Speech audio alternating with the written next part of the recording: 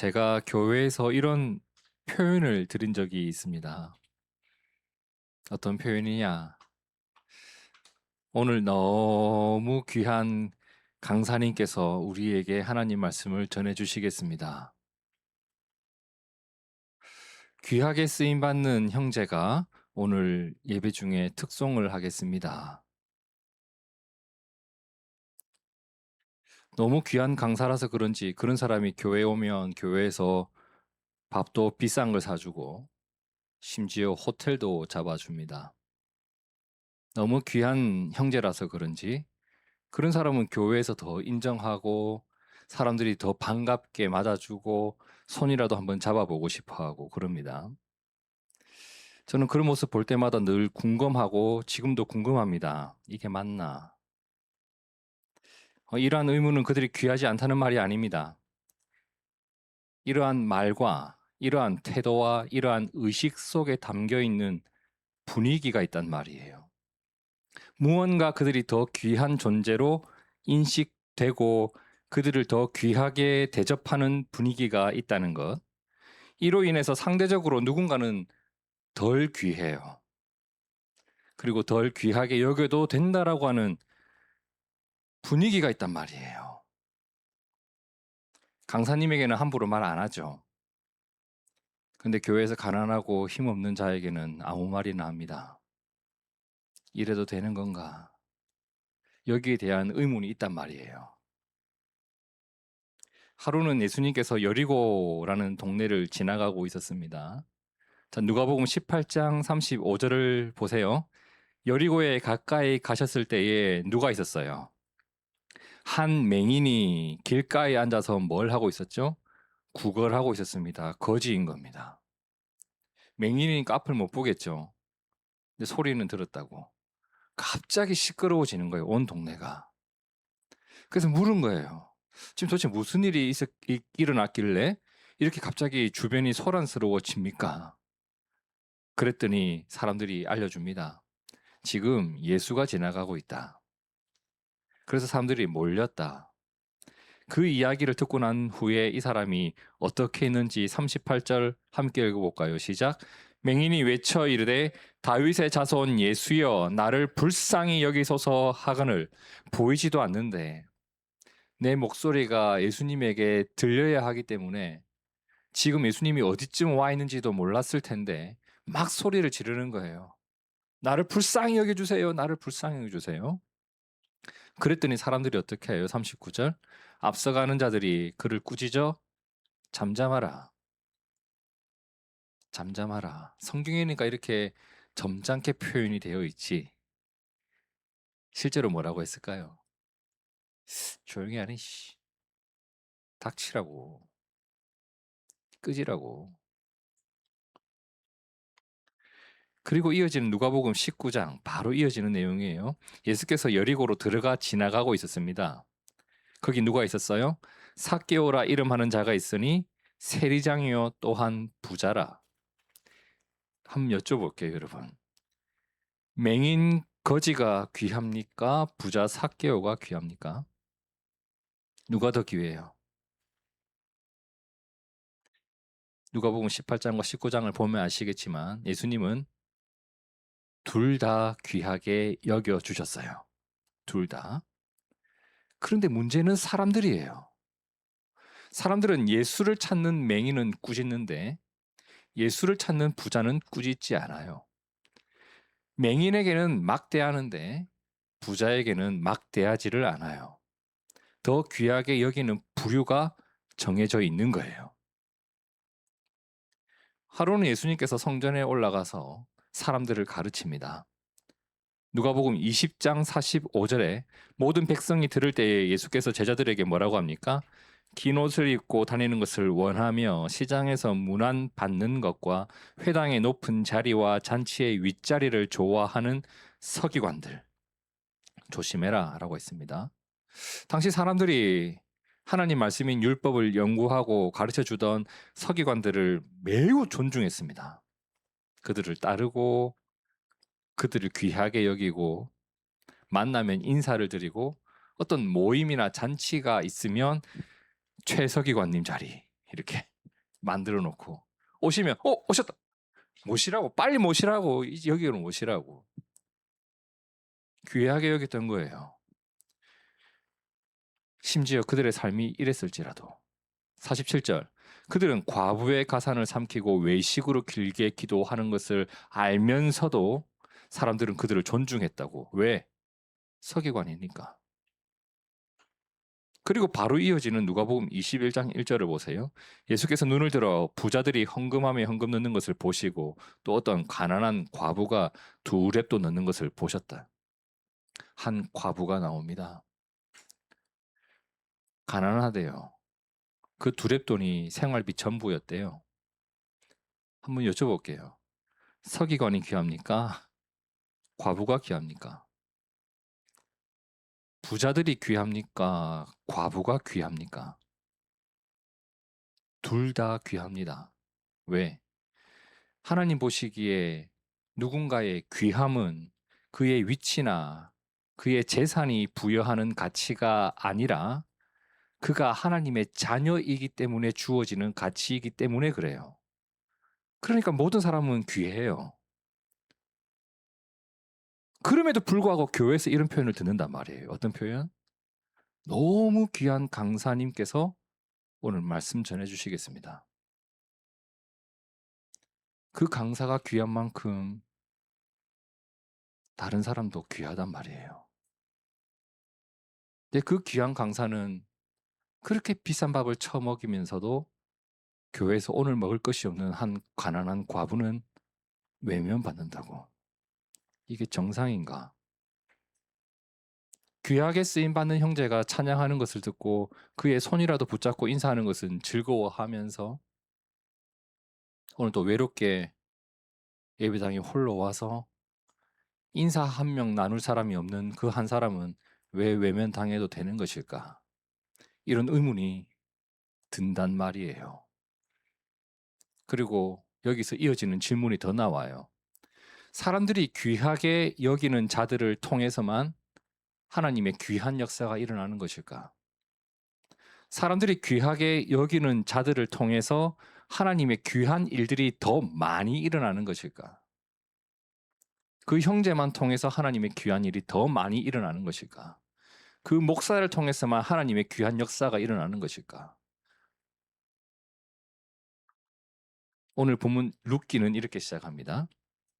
룻기 1장 1절 함께 읽어봅니다. 시작. 사사들이 치리하던 때에 그 땅에 흉년이 드니라. 여러분 룻기라는 책이 이렇게 시작해요. 창세기 혹시 기억하십니까? 태초에 하나님이 천지를 창조하시니라 멋있게 시작하잖아요. 마태복음도 예수 그리스도의 계보라 멋있게 시작하거든요. 그런데 룻기는 이렇게 시작해요. 흉년이 드니라. 흉년이 들었대요. 여러분 살다 보면 풍년이 들 때도 있고 흉년이 들 때도 있잖아요. 그런데 왜 그때의 흉년 이야기를 성경에 가져왔을까? 여기서 신경 쓰이는 부분은 그 앞에 나오는 말들이에요. 언제? 사사들이 치리하던 때에, 사사들이 치리하던 때가 언제냐면요. 이스라엘이 애굽에서 나와가지고 가나안 땅에 들어가잖아요. 가나안 땅을 정복을 했습니다. 가나안 땅을 정복한 이후에 그 땅을 누가 다스렸죠? 이스라엘은 왕이 없었어요. 그 땅에 들어가서 살기 시작하고 그리고 왕들이 세워지기 그 이전 그 중간 시기를 사사시대라고 하죠. 사사라고 하는 지도자가 통치하던 시대였단 말이에요. 그 시기에 있었던 일들은 구약 성경 사사기에 매우 잘 나옵니다. 근데 사사기를 보면요. 그 시대에 매우 특징적인 요소가 있어요. 예를 들어 사사기 2장 11절을 보시겠어요? 이스라엘 자손이 여호와의 목전에 악을 행하여 바알들을 섬기며. 자, 이스라엘 백성들이 가나안 땅을 주신 하나님을 늘 잘 섬기며 살았는가? 우리를 구원하신 하나님을 늘 기억하면서 살았는가? 그게 아니었대요. 근데 하나님 그들을 가만히 두지 않아요. 가르쳐요. 무얼로? 벌로. 14절 함께 읽어볼까요? 시작. 여호와께서 이스라엘에게 진노하사 노략하는 자의 손에 넘겨주사 그들이 노략을 당하게 하시며 또 주위에 있는 모든 대적의 손에 팔아 넘기심에 그들이 다시는 대적을 당하지 못하였으며, 이런 고통을 당하면서 사람들이 또다시 누구를 구하냐면 하나님을 찾아요. 하나님 도와주세요. 너무 힘들합니다. 그때 하나님이 세운 게 누구였냐면 사사라는 지도자를 세우고 그들을 구원하시는 하나님의 은혜를 경험하게 해요. 하나님이 우리를 도우셔야 우리가 살아갈 수 있구나, 이걸 계속 경험하게 해요. 18절에 보시겠어요? 여호와께서 그들을 위하여 사사들을 세우실 때에 그 사사와 함께 하셨고 그 사사가 사는 날 동안에는 여호와께서 그들을 대적의 손에서 구원하셨으니 이는 그들이 대적에게 압박과 괴롭게 함을 받아 슬퍼 부르짖음으로 여호와께서 뜻을 돌이셨기 때문이다라고 나와 있습니다. 그런데 또 살만해지니까 어떻게 해요? 이 인간들이 또 하나님을 버려요. 19절에 사사가 죽은 후에 그들이 돌이켜 그들의 조상들보다 더욱 타락하여 다른 신들을 따라 섬기며 그들에게 절하고 그들의 행위와 패역한 길을 그치지 아니하였다. 이게 사사 시대의 특징적인 모습이에요. 하나님께 순종할 때 하나님 그들을 복주시고 살려내시고, 또 살만하며 하나님을 거역하고 하나님을 버리고, 이걸 계속 반복하던 시대. 그러면 다시 룻기 1장 1절을 보실까요? 사사들이 치리하던 때에 그 땅에 흉년이 들었다고 했습니다. 자, 흉년은 벌일까요? 상일까요? 여러분, 상으로 흉년을 드리겠습니다. 인생의 흉년을 상으로 맞을 사람이 있습니까? 벌이죠. 그럼 여기서 엿볼 수 있는 게 뭐예요? 그 당시 삶의 상황이, 그리고 영적인 상황이 매우 혼탁한 상황이었다라는 것을 짐작해 볼 수가 있겠죠. 이렇게 이스라엘 전역에 흉년이 들고 그리고 신앙이 혼잡해져 있던 그 상황에서 갑자기 성경은 한 가정을 쑥 하고 주목을 해요. 클로즈업 하듯이. 흉년이 있던 그때의 유다 베들레헴을 주목하는데, 그곳에서 살았던 한 사람 그리고 그의 아내와 두 아들, 그들이 흉년을 이기지 못하고 어디로 이사를 갔다고 합니까? 모압으로 이사를 갔대요. 모압은 가나안 옆에 있는 이방인의 땅이죠. 거기로 이사를 갔습니다. 사람들의 이름이 나오죠. 2절 뭐라고 나와요? 엘리멜렉, 아내의 이름은 나오미, 그리고 두 아들의 이름은 말론과 기런이었고 유다 베들레헴 에브라 사람들이었다. 그들이 모압 지방에 들어가서 거기 살기 시작한 거예요. 자, 힘겨운 선택이었죠. 여러분, 애굽에서 나와가지고 가나안 들어갔어요.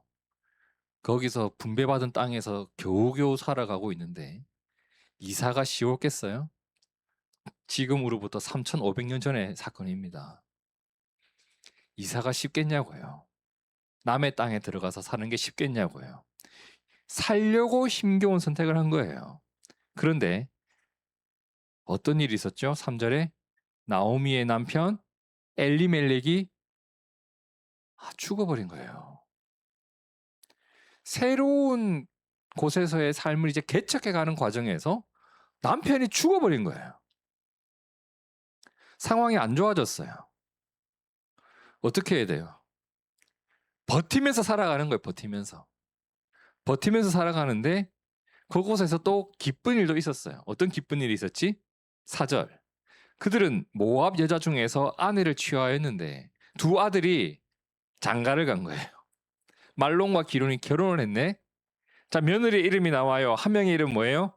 오르바. 한 명의 이름은 루시였습니다. 자, 여기서 몇 년 정도 살았을까? 10년 정도를 살았대요.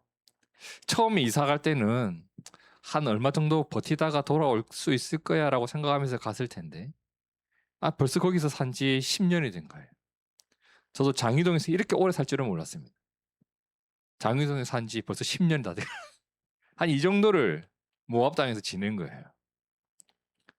얼마나 많은 시간이 흘렀습니까? 그런데 그렇게 10년 정도 지나갔을 때 어떤 일이 있었다고 해요? 말론과 기련이가 또 죽은 거예요. 기가 막힌 거예요. 그리고 그 여인 누구예요? 나오미. 나오미는 두 아들과 남편의 뒤에 홀로 남게 된 거예요. 자, 한번 봅시다, 여러분. 이 상황을 겪고 있는 나오미를 와, 귀하다 라고 바라보는 사람이 있었을까요?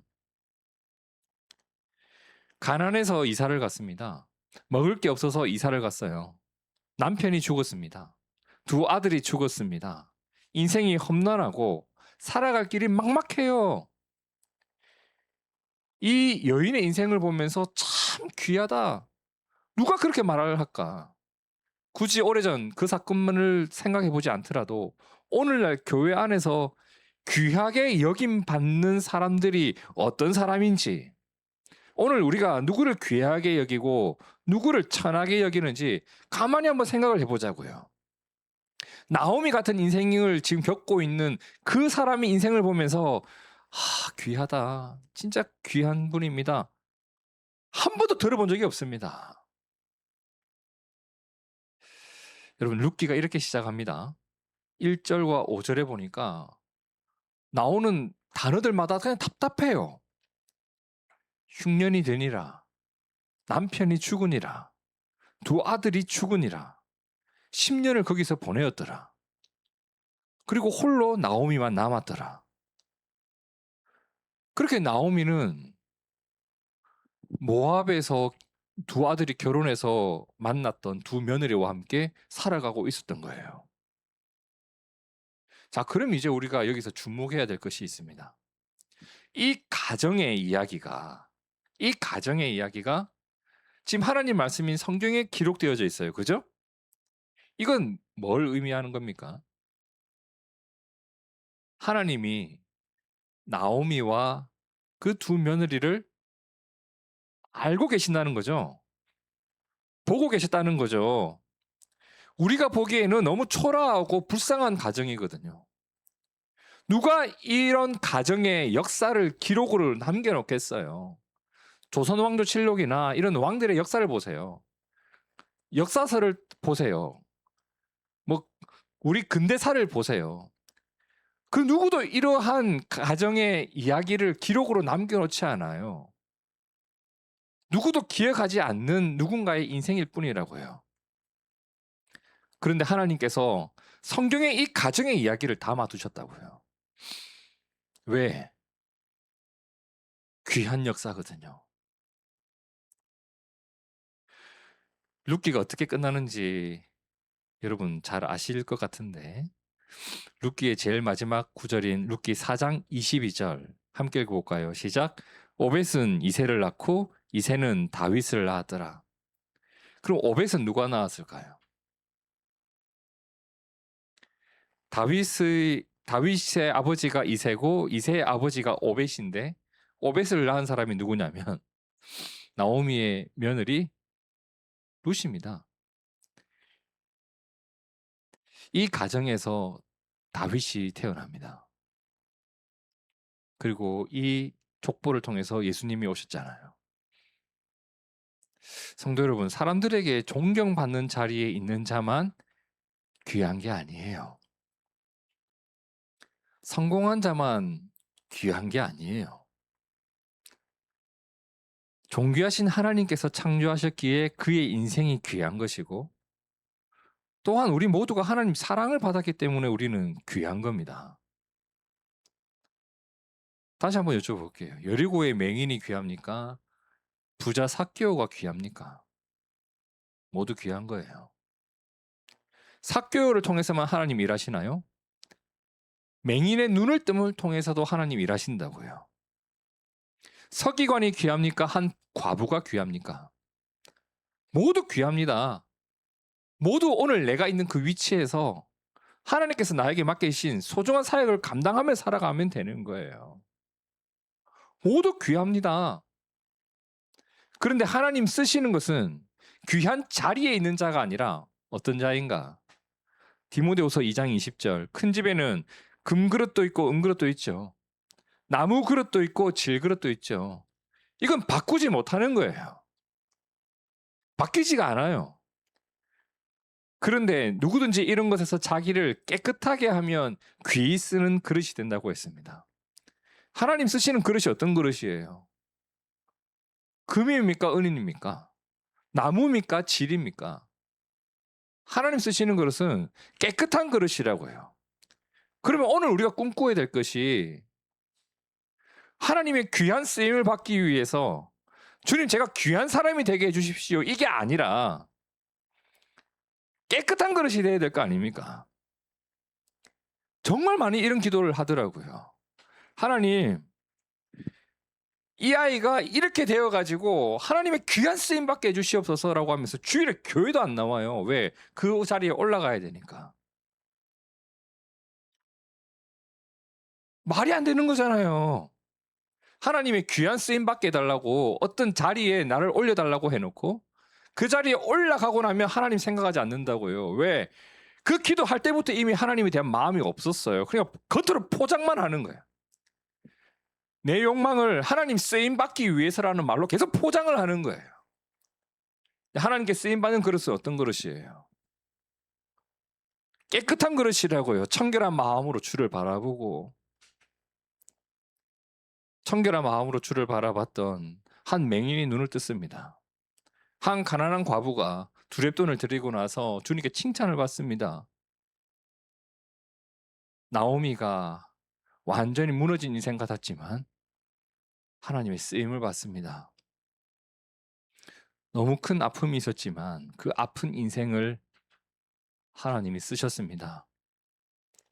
그녀가 너무 귀하지 않습니까, 여러분? 예수님의 어머니 마리아 부요했습니까? 예수님의 어머니 마리아 사람들에게 귀한 존재로 인식받던 공주였습니까? 뭐였습니까? 근데 주님이 그녀를 통해 온다는 소식을 듣고 천사의 그 말을 듣고 마리아가 이렇게 찬양을 하죠. 마리아가 이르되 내 영혼이 주를 찬양하며 내 마음이 하나님 내 구주를 기뻐하였음은 그의 여종의 비천함을 돌보셨음이라. 보라 이제 후로는 만세의 날을 복이 있다 일컬으리로다. 비천한 인생 사람들이 보기에 귀하지 않은 것 같지만 하나님 보시기에는 너무 귀했습니다. 그래서 성도 여러분, 당신도 귀하십니다. 사람들의 시선이 어떠할지 몰라도 누가 나를 비천하게 여길지 몰라도 하나님이 당신을 귀하게 창조했고 하나님이 당신을 정말 많이 사랑하십니다. 그래서 당신도 귀합니다. 나오미도 귀합니다. 주님 쓰시기에 깨끗한 모습으로 이 땅을 살아가면서 나를 통해서 이루실 일들이 소망으로 우리 마음 있기를 진심으로 축복합니다. 함께 기도하겠습니다.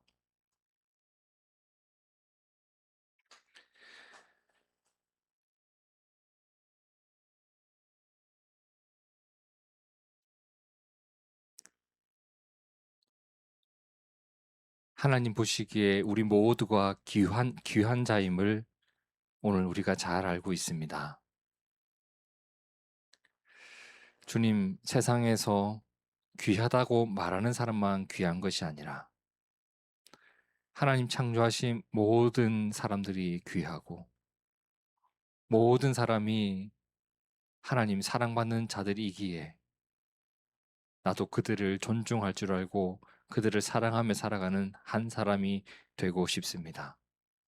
무엇보다 먼저 나를 그렇게 귀하게 여기신 하나님의 마음을 생각하며 내가 나를 존중할 줄 알고 내가 나를 귀히 여길 줄 알고 그리고 내 몸과 같이 이웃을 사랑하며 살아갈 수 있는 우리가 되게 도와주옵소서.